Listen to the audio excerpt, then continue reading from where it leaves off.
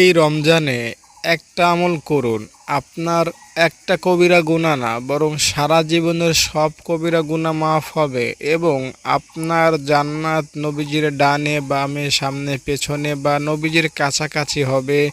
নবীজি আপনাকে নিজ দায়িত্বে আপনাকে জান্নাতে ঢুকাবেন। আপনার নেকি 10টা আছে, গুনাহ 100 আছে, ওটা কোনো ব্যাপার না। নবীজি আপনাকে জান্নাতে নেয়ার দায়িত্ব নেবেন। কেমন যেন আপনার হাত ধরবেন আর নবীজি আপনাকে জান্নাতে পৌঁছাবেন। তো এই আমলটা করলে আপনার গুনাহ মাফ হবে, জান্নাত নিশ্চিত হবে। তাই অবশ্যই ধৈর্য সহকারে আমলটা শিখে যান এবং আমল করে আপনার ভাগ্য বদলান। দর্শক, জান্নাত পাওয়ার জন্য বা গুনাহ মাফ করার জন্য বহু আমল আছে, যে আমলগুলো আল্লাহ তাআলার রাসূল আমাদের জন্য রেখে গিয়েছেন এবং এই আমলগুলো খুবই সহজ, যে কোনো ব্যক্তি চাইলে যে কোনো সময় করতে পারে। আস্তাগফিরুল্লাহ, কত সহজ একটা বাক্য, এক শব্দের একটা বাক্য পড়বেন তো আপনার গুনাহ মাফ। আপনার তাওবার নিয়ত যদি পড়েন, কবিরা গুনাহ মাফ হবে। এটা পড়লে আপনার সকল দোয়া কবুল হবে, আপনার জন্য জাহান্নাম নিষিদ্ধ হবে, জান্নাত নিশ্চিত হয়ে যাবে ইনশাআল্লাহ। তাই আস্তাগফিরুল্লাহ ইফতারের সময়, সাহারির সময়, রোজা মুখে এই এক শব্দের দোয়াটা বেশি বেশি পড়তে থাকেন। রমজান মাস জুড়ে নবীজি আস্তাগফিরুল্লাহ বেশি বেশি পড়তে বলেছেন। তাই সফলতার জন্য, নাজাত পাওয়ার জন্য আস্তাগফিরুল্লাহ পড়তে পারেন। নবীজির সাথে জান্নাতে থাকতে চাইলে আপনাকে শিরক মুক্ত থাকতে হবে। আপনাকে অবশ্যই শিরক মুক্ত থাকতে হবে, ঈমান নিয়ে থাকতে হবে। দেখুন, আমরা এমন একটা পরিস্থিতি এখন আছি, এমন একটা পরিস্থিতিতে যে সময়টাতে ঈমান থাকা না থাকা খুব কঠিন। আপনি হয়তো সকালবেলা ঈমানদার, বিকালবেলা বেঈমান, আবার হয়তো রাতের বেলা ঈমানদার, ভোরবেলা বেঈমান বা কাফের হয়ে যান। কিছু কিছু কাজ আছে যেগুলো করলে মানুষ ঈমান হারা হয়ে যায়, মানুষ বেঈমান হয়ে যায়, মানুষ নাস্তিক বা মানুষ মুসলিম থেকে বের হয়ে যায়। এই কাজগুলো করা যাবে না। সর্বদা ইসলামের উপর থাকার চেষ্টা করতে হবে, ঠিক আছে? এবং শিরক মুক্ত থাকতে হবে। কখনোই কোনো পীরের কাছে কোনো কিছু চাওয়া যাবে না, কোনো কবরের কাছে এগুলো করা যাবে না, কাউকে সেজদা দেয়া যাবে না। এগুলো হচ্ছে মারাত্মক গুনাহ। এগুলো থেকে যদি আপনি বেঁচে থাকতে পারেন তো জান্নাতে যাওয়ার সম্ভাবনা অনেক গুণ বেশি বেড়ে যাবে। এরপরে আপনি, হাদিস শরীফের মধ্যে রয়েছে, যে ব্যক্তি আল্লাহ ও তার রাসূলকে বিশ্বাস করবে, নামাজ কায়েম করবে এবং রমজান মাসে যারা রোজা রাখবে, 30টা বা 29টা যারা রোজা রাখবে, দয়াল নবী বলেছেন যে সে অবশ্যই জান্নাতে প্রবেশ করবে। সহিহ বুখারী শরীফের মধ্যে এই হাদিসটি রয়েছে। এখন আমি খুব সুন্দর একটা দোয়া আপনার সাথে শেয়ার করব আবু দাউদ শরীফ থেকে। এই দোয়াটা যদি আপনি পড়তে পারেন তো আল্লাহ তাআলা আপনার গুনাহ মাফ করবেন, আল্লাহ তাআলা আপনাকে জান্নাত দিবেন, নবীজিকে আপনাকে সাহায্যকারী বানাবেন, নবীজি আপনার জন্য সাহায্যকারী হবেন ইনশাআল্লাহ। মানে হাউজে কাউসারে পানি পান করাবেন নবীজি আপনাকে জান্নাতে নিয়ে যাবেন। যত রকমের কল্যাণ, যত রকমের সাহায্য দরকার হবে পরকালে, সব কিছু আল্লাহ তাআলা নবীর মাধ্যমে আপনার জন্য করাবেন যদি দোয়াটা আপনি পড়তে পারেন। দোয়াটা হলো, রাদিতু বিল্লাহি রাব্বাও ওয়া বিইসলামি দীনাও ওয়া বিমুহাম্মাদিন সাল্লাল্লাহু আলাইহি ওয়াসাল্লাম নাবিয়্যাও ওয়া রাসূলা। অর্থাৎ আমি আল্লাহ তাআলাকে রব হিসাবে, ইসলামকে ধর্ম হিসাবে এবং মুহাম্মদ সাল্লাল্লাহু আলাইহি সাল্লামকে নবী হিসাবে পেয়ে সন্তুষ্ট।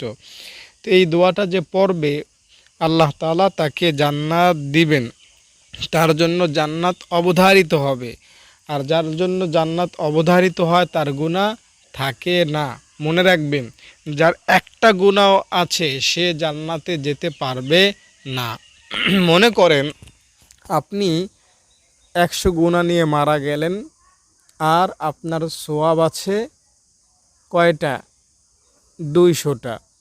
200টা সওয়াব আছে, গুনাহ আছে 100টা। তাহলে আপনার গুনাহ কম, সওয়াব বেশি। হিসাব অনুযায়ী আপনার যাওয়ার কথা কোথায়? জান্নাতে, কারণ আপনার সওয়াব বেশি। কিন্তু বিষয়টা এরকম না, একটা গুনাহও যদি থাকে ওই একটা গুনার শাস্তি ভোগ করতেই হবে। ঠিক আছে, এটা হচ্ছে আল্লাহ তাআলার একটা সিস্টেম বা নিয়ম।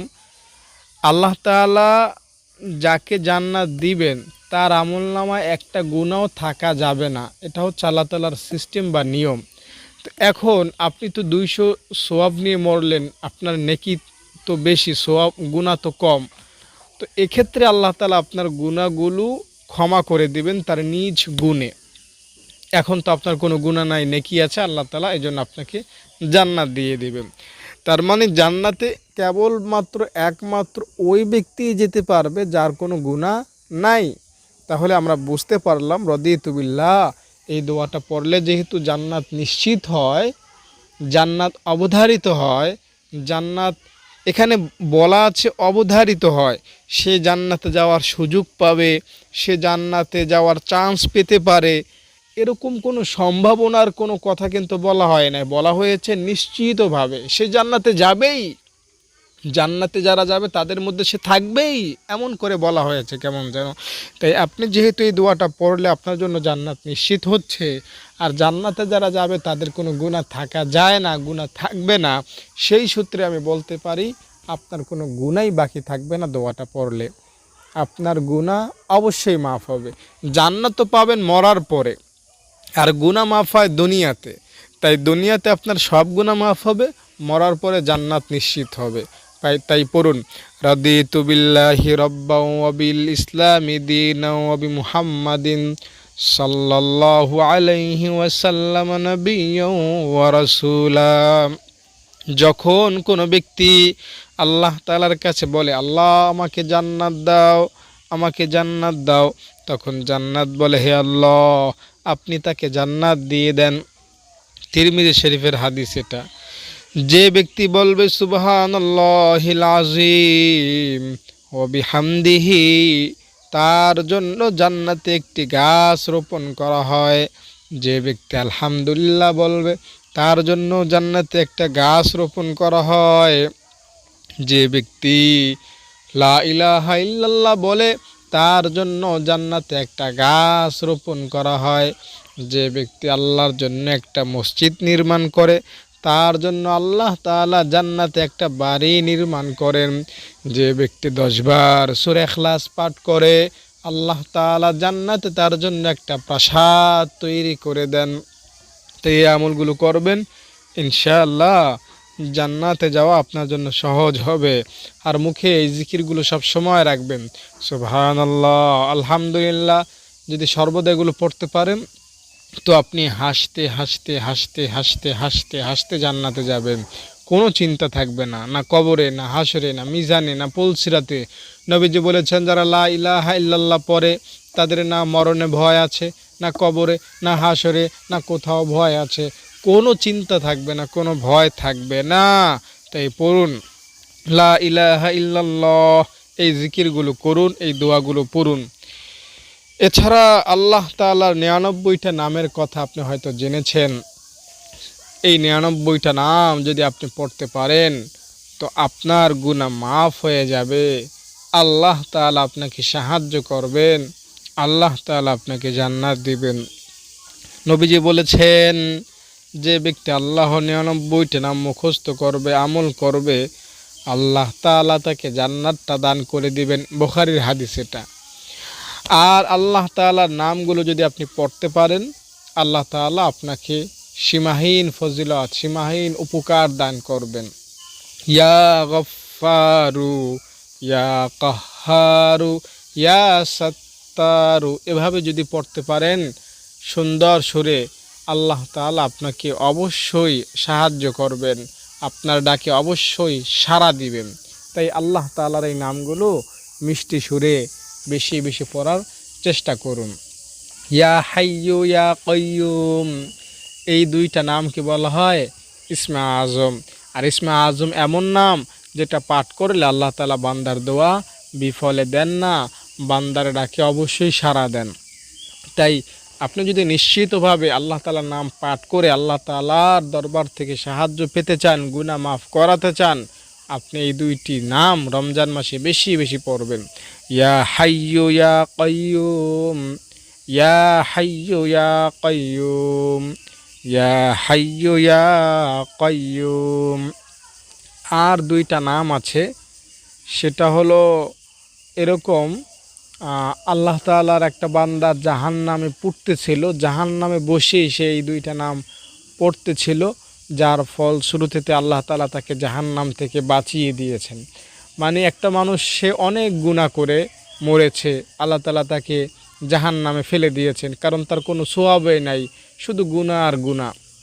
তো সে জাহান্নামে গিয়ে আল্লাহ তাআলা এই দুইটা নাম পড়েছে, যার ফলে আল্লাহ তাআলা তাকে ক্ষমা করেছেন, জান্নাত দান করেছেন। আর সেই দুইটা নাম হচ্ছে ইয়া হান্নান, ইয়া মান্নান, ইয়া হান্নান, ইয়া মান্নান। এই দুইটা নাম যদি আপনি পড়তে পারেন তো আপনার জন্য জাহান্নাম হারাম হবে, আপনার জন্য জান্নাত নিশ্চিত হবে ইনশাআল্লাহ। ভাবা যায় জাহান্নামে গিয়ে সেই দুইটা নাম পড়েছিল, যার ফলে সেখান থেকে আল্লাহ তাআলা তাকে বাঁচাইয়েছেন, জান্নাত দান করায় দিয়েছেন। তাই আপনি আমি যদি দুনিয়ায় থাকতে এই দুইটা নাম পাঠ করি, তাহলে জাহান্নাম থেকে বাঁচা আপনার আমার জন্য খুব সহজ হবে। আল্লাহুম্মা আজিরনি মিনান নার, বলুন আল্লাহুম্মা আজিরনি মিনান নার। 7 বার সকালে, 7 বার ইফতারের সময় পড়বেন। জাহান্নাম হারাম হবে, জাহান্নামে আপনাকে যেতে হবে না। দর্শক, আল্লাহ তাআলার নামগুলো পড়বেন, ঠিক আছে? আল্লাহ তাআলার নামগুলো পড়লে আপনি অবশ্যই সফল হবেন, জান্নাত পাবেন। এছাড়া যে ব্যক্তি নফল নামাজ বেশি বেশি পড়বে সেও জান্নাতে যেতে পারবে। যারা জামাতে নামাজ আদায় করবে, সকাল সন্ধ্যা নিয়মিত মসজিদে যাবে, আল্লাহ তাআলা তাদেরকে জান্নাতে পৌঁছাবেন। যারা খুশু খুজুর সহিত 2 রাকাত নামাজ পড়বে, খুব ভালোভাবে যত্ন সহকারে, ভালোভাবে উজু করে পশ্চিমমুখী হয়ে 2 রাকাত নামাজ আপনি পড়লেন, দুনিয়ার চিন্তা ভাবনা বাদ দিয়ে, তো এই 2 রাকাত নামাজের উসিলায় আল্লাহ আপনাকে জান্নাত দিয়ে দিবেন। ঠিক আছে? খুব সহজ আমল না? মাত্র 2 রাকাত নামাজ, বিনিময়ে জান্নাত। এটা নফল নামাজ। আপনি জান্নাত পাওয়ার আশায়, আল্লাহ আমি কিবলামুখী হয়ে জান্নাত পাওয়ার আশায়, গুনাহ মাফের আশায় 2 রাকাত নামাজ পড়তেছি, আল্লাহু আকবার। এভাবে 2 রাকাত নামাজ পড়লেন রোজা রমজানের মাসে, ইনশাআল্লাহ আল্লাহ তাআলা আপনাকে জান্নাত দিয়ে দিবেন। সহজ হাদিস, সহজ আমল, করতে পারলে সফল হবেন, না করতে পারলে বিফল হবেন। সহজ কথা বলে দিলাম। যে ব্যক্তি জ্ঞান অন্বেষণ করে, কোরআন শেখার পেছনে সময় ব্যয় করে, আল্লাহ তাআলা তাকে জান্নাত দিবেন। তাই কোরআনের ছাত্র হয়ে মৃত্যু পর্যন্ত থাকার চেষ্টা করুন। দেখুন, কোরআন কিন্তু অনেক বড় একটা গভীর সমুদ্রের মতো। যারা কোরআন পারি তারা অর্থ পারি না, যারা অর্থ পারি তারা ব্যাখ্যা জানি না, ব্যাখ্যা জানলেও ওরকম গভীরতা আমাদের তাফসির সব কিছু সহ আমাদের জানা নাই। তো এজন্য আপনি একটা জানলে আরেকটার পিছনে লেগে থাকেন, মৃত্যু পর্যন্ত শিখতে থাকেন কোরআন। সপ্তাহে 1 দিন সময় দেন কোরআনকে, মাসে 1 দিন দেন, কোরআনের ছাত্র হয়ে থাকার চেষ্টা করেন। কোরআনের ছাত্র হয়ে থাকতে পারলে আপনি বলা চলে শহীদি মরণ পাবেন। আর শহীদি মরণ পেলে তো জান্নাত নিশ্চিত হবে ইনশাআল্লাহ, বিনা হিসাব ইনশাআল্লাহ।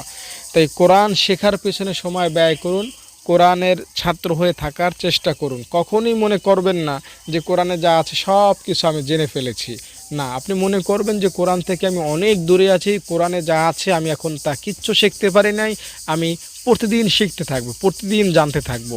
এভাবে যদি আপনি চেষ্টা করেন, প্রতিদিন শেখার আগ্রহ নিয়ে যদি কোরআনকে সময় দেন, ইনশাল্লাহ এটা হবে কোরআনের ছাত্র হয়ে থাকার মতো। আর কোরআনের ছাত্র হয়ে মরণ বরণ করতে পারলে এটা হবে আপনার জন্য জান্নাতে যাওয়ার একটা প্লাস পয়েন্ট। তাই এই ট্রিকটা, এই সূত্রটা নিজের মধ্যে আনার চেষ্টা করবেন।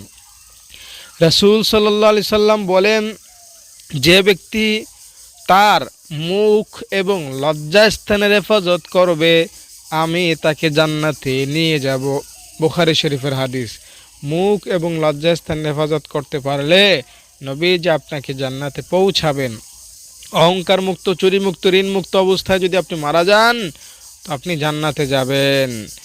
আপনার যদি কোনো সন্তান থাকে, মেয়ে সন্তান, তাকে যদি দ্বীনি শিক্ষা শিক্ষিত করতে পারেন জান্নাতে যাবেন, নবীজির সাথে জান্নাতে যাবেন। যে ব্যক্তি আল্লাহ তাআলাকে সন্তুষ্ট করার উদ্দেশ্যে কোনো অসুস্থ ব্যক্তিকে দেখতে যায়, একজন ফেরেশতা ঘোষণা করতে থাকে, তুমি আনন্দিত হও, তোমার পদক্ষেপ বরকতময় হোক এবং জান্নাতে তোমার জন্য একটি সম্মানজনক স্থান দেওয়া হোক। এছাড়াও রাস্তা থেকে কষ্টদায়ক বস্তু সরিয়ে ফেলার মাধ্যমেও আপনি জান্নাতে পৌঁছতে পারবেন। যার জীবনের শেষ কথা হবে লা ইলাহা ইল্লাল্লাহ, সে জান্নাতে প্রবেশ করতে পারবে। যার বাপ মা খুশি থাকবে, সেও জান্নাতে প্রবেশ করতে পারবে।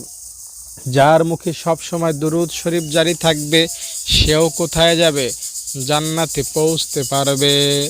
যে কোরআন প্রেমিক হবে, সেও জান্নাতে পৌঁছতে পারবে। যে আলেম ওলামাকে ভালোবাসবে, সেও জান্নাতে প্রবেশ করতে পারবে। তাই গুনাহ মাফের আশায়, জান্নাতে পৌঁছানোর আশায় আপনি এই আমলগুলো করুন। এই আমলগুলো প্রত্যেকটাই এমন যা আপনার গুনাহ মোচন করবে। ছোট গুনাহ, বড় গুনাহ, জাহেরি গুনাহ, বাতিনি গুনাহ, ইনশাআল্লাহ আপনার 40, 50, 60, 70 বছর সব গুনাহ মোচন করবে এবং মরার পরে জান্নাতে আপনাকে প্রবেশ করতে এই আমলগুলো ভূমিকা রাখবে, সুপারিশ করবে, সাহায্য করবে।